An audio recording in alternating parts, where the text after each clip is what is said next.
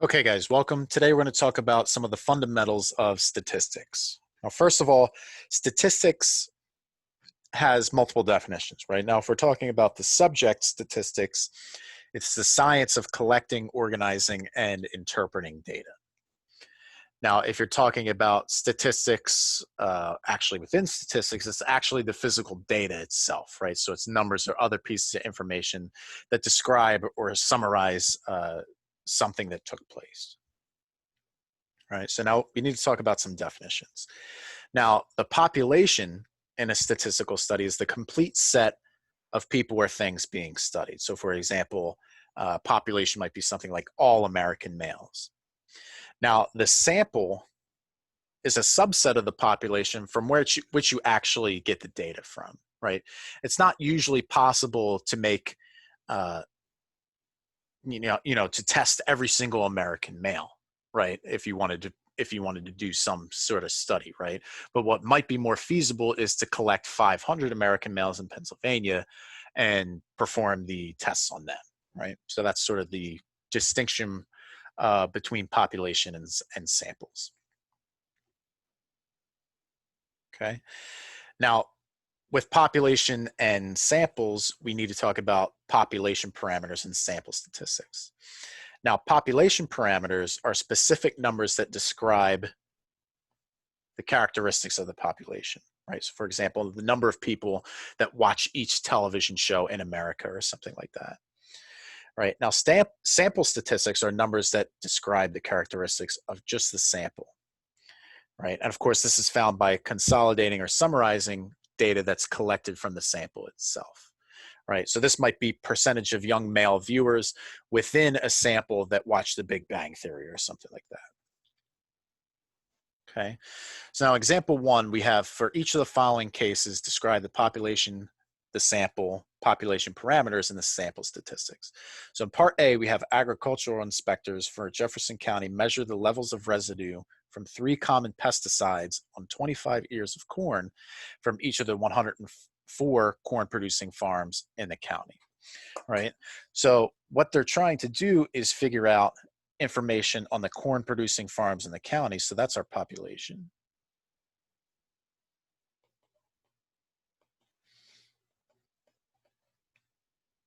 Farms in the county.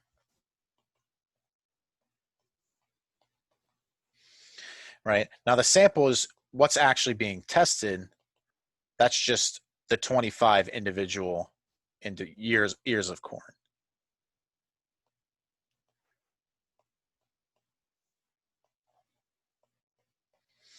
Right. Now what are the population parameters? Right. We're looking to find the measure of pesticide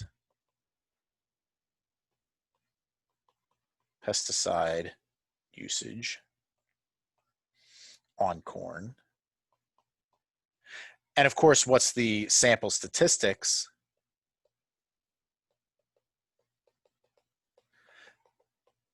That's the levels of residue of the pesticides.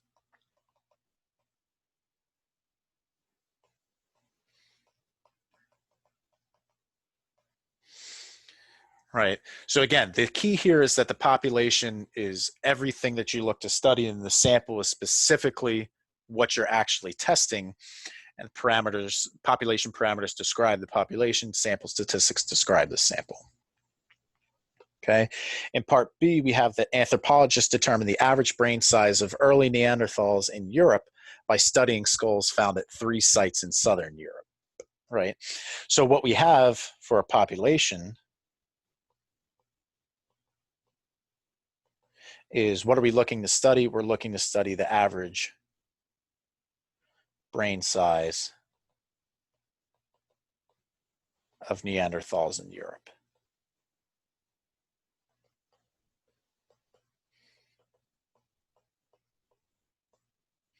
Right, now what's the sample? It's the 3 skulls found in southern Europe.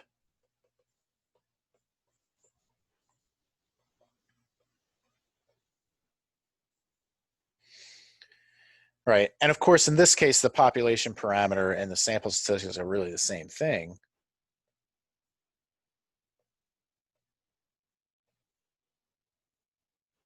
but except they're describing the individual sample or population. Right, so the sample statistics is the brain size of the skulls, right, or the cavity in which the brain would sit at these three sites, or these three skulls, right? And then the population parameter would be the brain size of all Neanderthals. Of these, right? So those are sort of this distinctions between populations, samples, population parameters, and sample statistics. Okay, so now there's 5 basic steps in a statistical study. So first of all, you want to state the goal of your study. So what about your population you would want to study and exactly what you would want to learn about it. And of course, the next thing is to choose a representative sample from that population, then collect raw data from the sample and summarize these data by finding sample statistics of interest, then use the sample statistics to infer the population parameters, and then draw conclusions. Determine what you learned and whether you achieved your goal. Okay, so in example 2, each month the US Labor Department surveys 60,000 households to determine characteristics of the US workforce. One population parameter of interest is the US unemployment rate. So this is defined as the percentage of people who are unemployed among all those who are either employed or actively seeking employment, right? Now we could describe how the 5 basic steps of a statistical study apply to this research, right? So of course, the first thing, the goal, is they want to determine the unemployment rate.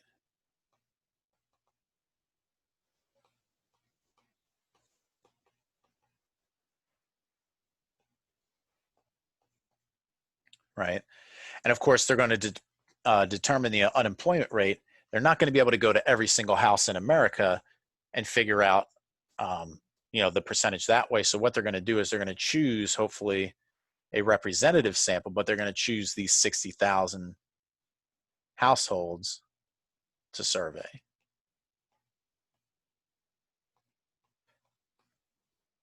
Right. Now, hopefully the idea is that since you're gathering such a large sample, that you will indeed have a representative sample, right?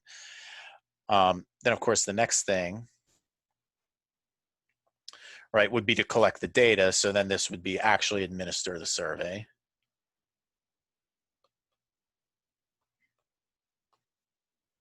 Right, and then step 4 would be to collect the results to claim and then claim unemployment rate. Right, and this would all be based off of the sample, since it's not feasibly possible to go around and ask every single person, right? So that's sort of the idea. Okay, now we talked about choosing a representative sample. Now, what does that exactly mean? Well, a representative sample is a sample in which the relevant characteristics of the sample members are generally the same as those of the population, right? So a good example here is to see a non-example, right? So if you want to determine the average height of LaSalle students, it would not be a representative sample to look at the basketball team, right? Because most of the students that are on the basketball team would be much taller than your average student, right? So if you wanted to get an more representative sample, you would probably collect student heights in a different way than going to the basketball team. Okay, now there are several types of common sampling methods. The first one is what's called simple random sampling. And this is just when you choose a sample of items in such a way that every sample of the same size has an equal chance of being selected. And the key word here, of course, is random. Right? As soon as you see random, that's going to be a giveaway that you're looking at simple random sampling. Now, the next type of sampling is what's called systematic sampling. Now, this is where you use a simple system to choose the sample, such as selecting every 10th or every 50th member or something like that. right? Then you have convenient sampling, which is you choose a sample that is convenient to select, right? Such as people who happen to be in the same classroom, or it's people that are at your favorite supermarket or something like that. Now, stratified sampling is the most interesting because this is the method where you're concerned about differences among different subgroups within a population. So first you would identify those subgroups and then draw a simple random sample from with each of those subgroups, right? And then the total sample would consist of all samples from each of those individual subgroups, right? And we'll look at some examples of this in a second. Now, what are some keys to a successful sample? Well, no matter how a sample is chosen, the study can only be successful if the sample is representative of the population, right? That's sort of the key to choosing a sample. Now, sample size is also important because a large, well-chosen sample has a better chance of being representative than a small one, right? Now, the selection process is even more important, though, because a small, well-chosen sample is usually going to give better results than a large, poorly chosen sample, right? Now, one last thing to consider is that even if a sample is chosen in the best possible way, you can never be 100% sure that it's representative of the population, right? We can only conclude that it has a strong likelihood of being representative. So we never can be 100% sure, but we can try and get as close as possible to that. Okay, so let's look at some different types of sampling methods. Okay, so we want to identify each type of sampling used in each of these cases, right? Now, in part A, you're conducting a survey on students in a dormitory, right? So I'm missing a word there. You choose your sample by knocking on the door of every 10th room, right? So now this is, of course, systematic sampling because the system is to use every 10th room, right? And we also want to comment on whether the sample is likely to be representative of the population. And this one is probably okay, right? So this is an okay method, right? It's not great, but it's not the worst either. Now, part B, to survey opinions on possible property tax increase, a research firm randomly draws the addresses of 150 homeowners from a public list of all homeowners. Now, of course, the key word here is randomly, and this means that we have a simple random sample.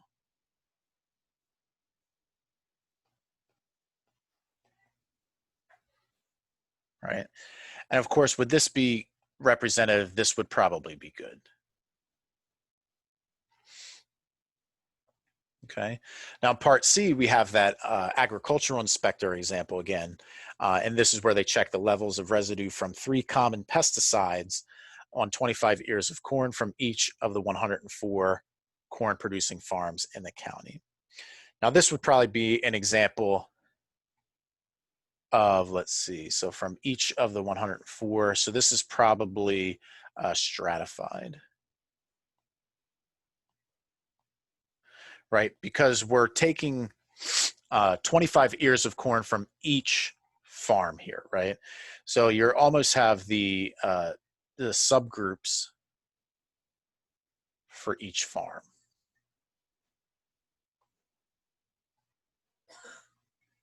And then once you have that farm, you're taking 25 ears of corn randomly, right? And this would probably be good as well.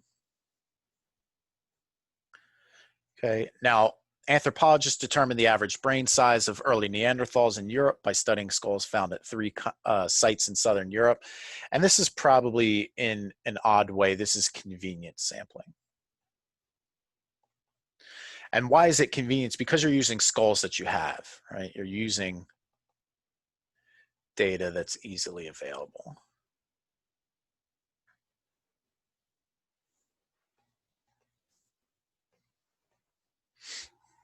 Right?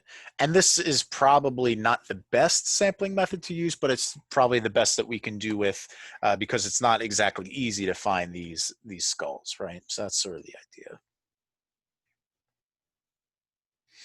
Okay, now the next part of statistical studies that we need to discuss is the idea of statistical bias. Now, a statistical study suffers from bias if its design or its conduct tends to favor certain results. Right.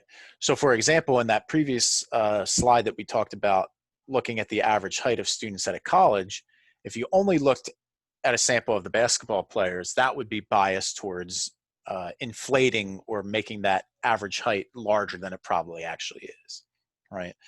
Because, you know, that would be your sample is favoring that result. Okay. Now we can talk about the types of statistical studies, right? Now, we basically are going to classify types of statistical studies in two different ways. Now, in an observational study, you have the researchers that observe or measure characteristics of the sample members, but they do not attempt to influence or modify these characteristics. They're just a behind-the-scenes observer, right? And that could be asking questions, that could be taking notes, that could be a survey, but the bottom line is that they're not attempting to influence or modify characteristics. Now, in an experiment, you have the opposite, because researchers are applying a treatment to some of or all of the sample members and then observing the effects of that treatment, right? So you're actively trying to change behavior in the experiment. Now, within an experimental statistical study, most of the time, we're usually going to compare the results of a treatment group to groups that did not receive the treatment. So, of course, that would lend itself to having two groups. You have the treatment group, which is the group of sample members who received the treatment being tested. And you have the control group, which is the sample members that did not receive the treatment, right? Now, it's important for the treatment and control groups to be selected randomly and to be alike in basically every respect except for the treatment itself. That way that you don't have some other thing that's contributing to the differences between the groups when the treatment is given. Now, and a lot of times, if you know that you're going to be given a treatment or you're not going to be given the treatment, then you sort of have the opposite of what I'm about to talk about. You have the placebo effect, right? Now, the placebo effect is something that lacks the active ingredients of the treatment that's being tested in a study, but it looks or feels identical to the treatment itself so that participants cannot distinguish whether they're receiving the placebo or the treatment, right? Now, this is important because if people believe that if people know that they're not receiving the treatment, then they might simply believe a certain thing and they might start to act on that certain thing, and that might influence the statistical study's results, right? Now, you've probably heard of the placebo effect, and that refers to the situation in which patients improve simply because they are being given a useful treatment, right? Now, blinding is what we do to not disclose to members of a sample who is in the treatment or control group, right?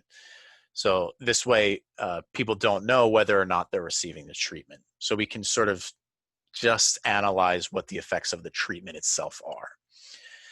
Now, an experiment is what's referred to as single blind if the participants do not know whether they're in the treatment or the control group, but the experimenters do know, right? Now, experiment is double blind if neither the participants nor the experimenters know, right? And sort of people that observe the experimenters wouldn't be the only ones that would know. Okay. Now, another type of study that's considered is a form of an observational study. Now, this is what's referred to as a case control study. Now, this is an observational study that sort of resembles an experiment because the sample naturally divides into two or more groups. Now, the participants who engage in the behavior under study form the cases, which makes them like a treatment group in an experiment. Now, the participants who do not engage in the behavior are the controls, and they're sort of like the control group, right? Now, one thing that this usually rears its head in is for something that would otherwise be an unethical experiment, right? So, for example, does drinking alcohol impair a user's driving ability? Well, you're probably not going to line up 20 people and tell 10 people to drink and tell 10 people not, and then go drive and then see what happens.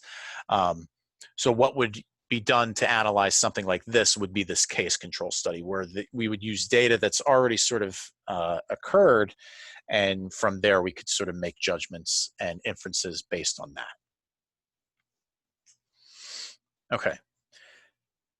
Now, for example 4, we're going to have some experiments being described, and we're going to identify any problems and explain how the problems could have been avoided. Now, in example A, we have a chiropractor performs adjustments on 25 patients with back pain.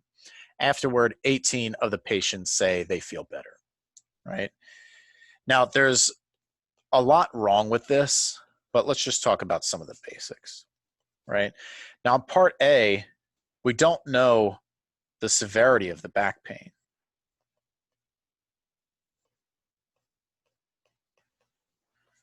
Right? Is it muscular? Is it skeletal?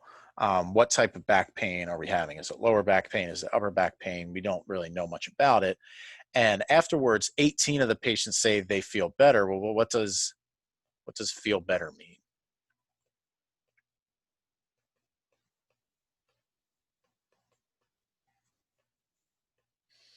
Right? How is the sample chosen?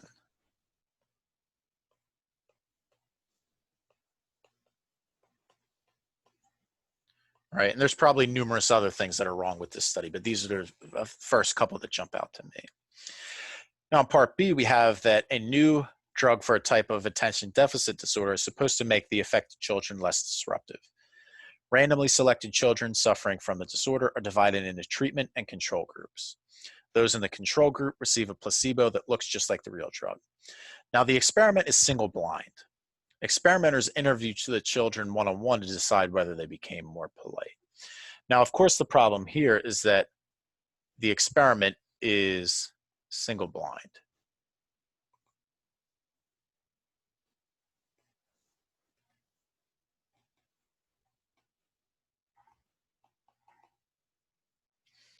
So the experimenters know who has the drug and who doesn't.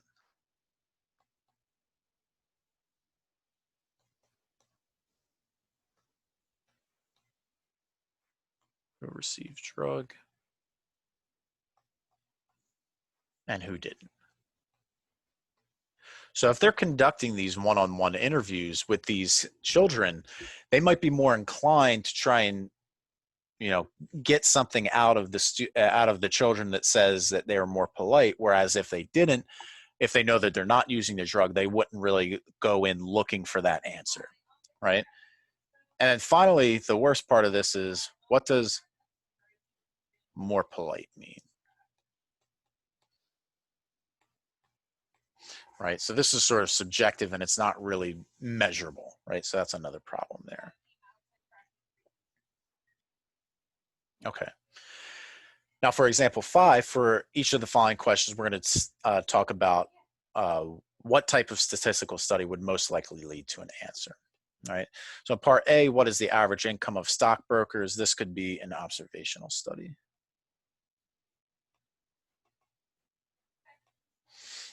Right. Do seatbelts save lives? Of course, this would be that case control study, because it's sort of like an experiment, but you wouldn't actually test this in an experiment. Part C, can lifting weights improve runners' times in a 10 km race? This would, of course, be an experiment.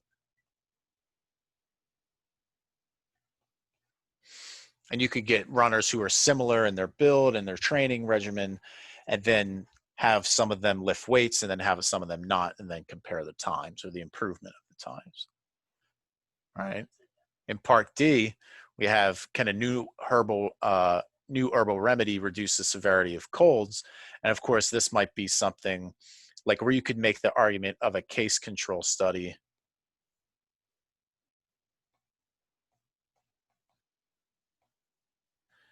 Because you're probably not going to purposely give people colds. You're just going to, you know, look at some data that's sort of like an observational experiment kind of deal. But then you're going to use the data to figure out if this herbal remedy would help. Okay. Now, the next thing that we need to discuss is the idea of a survey and opinion poll. Now, the margin of error in a statistical study is used to describe a confidence interval that is likely to contain the true population parameter.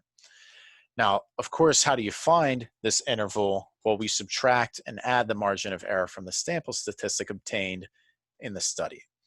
So we would say that the confidence interval is from the sample statistic minus the margin of error to the sample statistic plus the margin of error, right? So that's how we can find the confidence interval. So in example 6, we have that election eve poll finds that 52% of surveyed voters plan to vote for Smith, and she needs a majority, which is more than 50%, to win without a runoff. The margin of error in the poll is 3 percentage points. Now, will she win? So the margin of error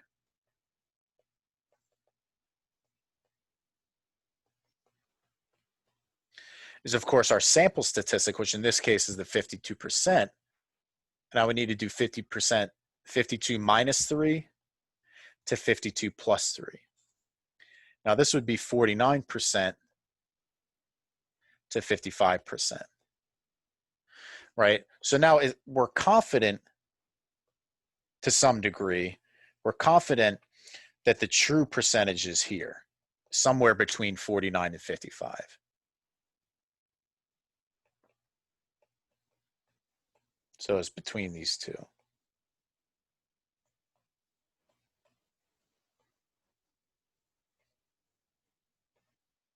Right, so will she win?